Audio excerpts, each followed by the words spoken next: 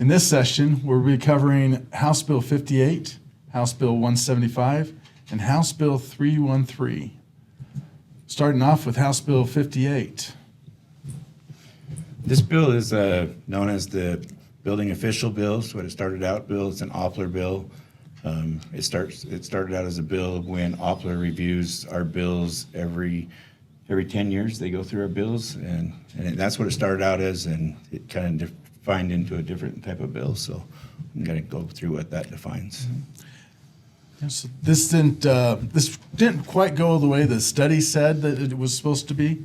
We got a lot of changes, and I think they're actually beneficial for the building inspection community. Yeah, when this bill started, it was of pretty good concern to the building inspectors in our state. The original recommendation from OPLR was to eliminate the licensing requirements for inspectors and then just move to a licensed building official. And there was a lot of concern that this would lessen the professionalism of our industry, and so we pushed back on that. We were able to keep the licensing requirements for building inspectors, as well as create a licensing requirement for building officials. So I think this bill, it started off kind of a scary thing for our industry, ended up being a really good. I think it's a really good change, and there's a lot of details that we'll dive into as we go throughout this discussion. But I think it like as Rob mentioned, it started out as kind of something a little bit scary to our industry, but we've got it to a good place. Definitely. Became very positive in the end. We're grateful for that. I mean, one of the key parts of this was we're moving more towards identifying a building official. Yeah. And there's three criteria that come into play with that, where the first being that they have to have some sort of experience. And I don't think there's any other industry that you would have that experience is not relevant in some way or form. And we've seen a little bit of concern with that 6 years of experience.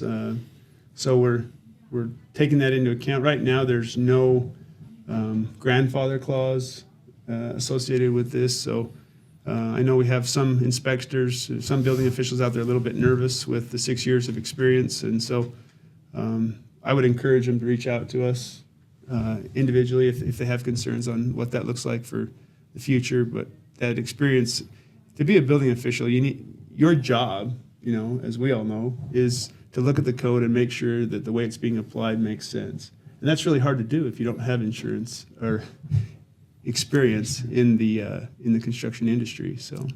And relevant with that experience also comes certification. Right. So the second of the three requirements in this is that they be certified in all 8 aspects of the code. So I think that's important that we have that basis as well, provide some of that. And then lastly, requires some training or? It requires them to have 40 hours of management training, or they'd be a CBO. So if you're a certified building official, it exempts you of the training. And if not, it's going to require that DOPL will have some training, 40 hours of management training. I don't believe we quite know yet what that training is, but they're well into the process of getting that out, and that'll be out to the building officials pretty soon to have that for everybody to have. Yeah, I know the Uniform Building Codes Commission is looking at that this week to determine what that training will look like. So it'll be coming soon. So probably by the time this video is out, it should be out there for everybody. Because as of right now, we don't know exactly specifics. A couple other things that this also requires home inspectors to be certified as a 4-way residential. Yeah, that's going to require, I think, a new licensing requirement for the state of Utah. So we're going to work on that as well with the Uniform Building Codes Commission to make sure that we have a license that fits those individuals. So we'll see how this meeting goes Wednesday. By the time this video comes out, we'll know a lot more of how that's going to look. This is a big change. The home inspectors. It's a needed change. I think it's what the real estate industry's asked for. It's what they've wanted, but I think it's a big change. And I mean, it gives them until January to get it done, but it's a big change, and it'll add to the pool to help out both ways. So it's a needed change. So. Yep. And lastly, kind of a twofold. There's The Uniform Building Code Commission will be collecting data and publishing that, along with there are provisions in here for unprofessional conduct. Yeah, it kind of increases the scope of unprofessional conduct, as well as it creates a part-time position within DOPL to collect the data that you mentioned, and kind of create a report to the Uniform Building Codes Commission to have them look at commonly misapplied or misinterpreted code requirements and recommend changes to either state statute or state building code. And this also somewhat creates somewhat of a report card of every jurisdiction also, as they're looking at ways of possibly having some sort of, at the end of maybe when people can, at the end of inspection, there's a form that, a quick couple of questions about how the inspections went or something of that extent. We'll see how that works out, but it'll be something of a short nature quiz, and that will be a report card on the jurisdictions, and that will be public, so everybody can see. There's no, everybody will know how every jurisdiction did, and that will be given back to the UBCC, and then I believe taken on to, in the October report, sent back to the legislature. Yeah. And this is taking effect in January 1st of 2026, so we'll have some time to prepare for some of the little unknowns that we know here as we move on. But our next bill is House Bill 175.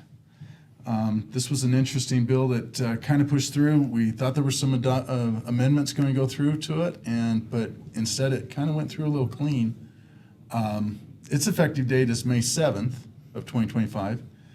And this regards to a change allowing 3 and 4 family dwellings to be built and constructed as, say, our regular 2-family dwelling or duplexes. And I think we only bring this up for one reason, because it's in effect for effectively 45 days or so. And then this bill gets superseded into 313. So it just has some language in it that the language wasn't clear enough, and it could add some confusion. So we were able to work with the sponsor, and he let us move the language into 313 and get it much clearer. So Yeah, and then speaking of 313. it moves to Move on to 313 as we move on, so we don't need to talk much about that one. So the next bill that we're going to talk about is House Bill 313, which adopts for the most part substantially the National Electrical Code, the 2023 version of that. Also deals with a few other items, specifically corrects some language that was done in House Bill 175. Specifically, Tom, did you want to talk about this I think a little Rob's more? going to handle this one. Yeah, so this is where we just talked about 175, and we moved it over to 313. This is our 3-plexes and 4-plexes. What we did is we had some language that we corrected just so there wasn't any confusion. What this does is this allows 3-plexes and 4-plexes, as long as they're not more than 2 levels high, to be built. They need to have individual exits, as you can kind of see in the picture here. They have to have a 2-hour vertical separated wall, so similar to what we're doing on townhomes now, and then a 1-hour horizontal separation. So what we did is we just made the language very clear on this. The language in 175 wasn't clear, and so we were allowed to do this, moved it into this bill where it probably should have been. This hopefully will clear it up and make this much clearer. So I found it much cleaner. Yeah, it's definitely much easier to cleaner. understand, and what the applicability for it too was great. and it was nice of the sponsor to let us get this straightened out and move forward so that there's no confusion. So there's a few other things that House Bill 313 covers. Specifically, they cover some decks,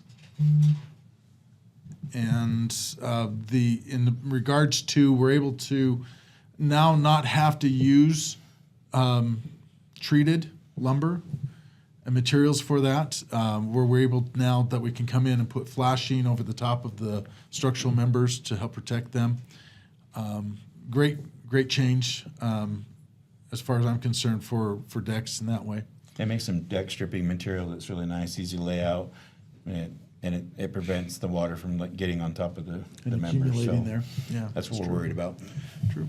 Yeah, so on top of the decks and what we did to clarify 175, the HB 313 was in fact essentially the recommendation from the Uniform Building Codes Commission for this year. This year we were tasked with reviewing the NEC 2023 NEC, and so what this bill includes is the recommendation from the Electrical Advisory Committee to the Uniform Building Codes Commission, as well as a few other changes. But some of those recommendations from the Electrical Advisory Committee deal with flat cables and some cleanup language that they saw fit to make recommendation for. It also includes in the IBC, this is not a recommendation from the Uniform Building Codes Commission, but it was found later that the IBC in the 2021 version required elevators in R1 and R2 residential properties, and we haven't done that in the state of Utah for decades since we adopted the I codes. And so what we amended out of the 2021 IBC is the need for elevators, accessible routes in 3-story or less residential units. It also added provisions for NM cables. Right now, the code says when you penetrate a top plate of wood construction with NM cable, that has, if you use more than 2 NM cables, you have to start to derate. We removed that. When you think about how you can bundle for up to 2 feet, we couldn't find any justification in why you have to worry about 3 inches of a top plate when you can bundle unlimited amount of NM cables for up to 2 feet with no duration requirements. And so that was removed from the code. I talked to a few people that were involved with the development of that code, and they said it was extremely split on that, if that code should even be in there. And so we did pull that out. The other thing that we did with HB313 is we exempted the ultra low NOx water heater requirement from areas of our state that are not 2.5 PM 2.5 emission areas. So anywhere along the Wasatch Front, you're still technically required to have an ultra low NOx water heaters, but areas that are outside of that PM 2.5 containment areas, those areas of the state no longer have to have those ultra low NOx water heaters. So is that essentially just mainly the 4 or 5 counties in the bigger counties in the state, right? So yeah, essentially the areas that require emissions and that that's in the exactly vehicles. it. Yeah. So that's the way to kind of know is if your vehicle has to do the emissions, that's the areas that you can't have those low NOx water heaters. Yeah, and I don't remember the last time I checked a flow per flush on a toilet when I was doing an inspection. So I think they're putting this in the code for us to be aware of it. But it's something to consider as you do your inspections on water heaters. Yeah, I don't know the last time I've ever even seen that label on a water heater, so guess we'll see on this one. Yeah. And they also deleted the requirement for elevators for over 3 stories. Yep. With that, so where that was added in the I codes in the last revisions that we went through, that's been modified. So now elevators are not required in like apartments and stuff that are over 3 stories or less with that. So yeah, and we missed that last year, so that was a good catch. That kind of came up during, if I remember right, that came up during the session. That came up right early during the session, so that was kind of a last minute add, but it was a good catch, and it was a good one. It was one that had to be added in during the session, so that was a good one. So well, one of the pushes the legislature has is affordable housing, and if you're trying to add a $250,000 elevator to a 3-story residential dwelling that we typically put all of our accessible units on that first floor, it's extremely cost prohibitive. yeah, it makes sense to take it out. I think it was one everybody's agreed upon. Okay. Yep. Again, this bill takes effect on July 1st of this year, so we have a little bit of time to get ready for it and get those code books ordered and into our libraries. So thank you for your time.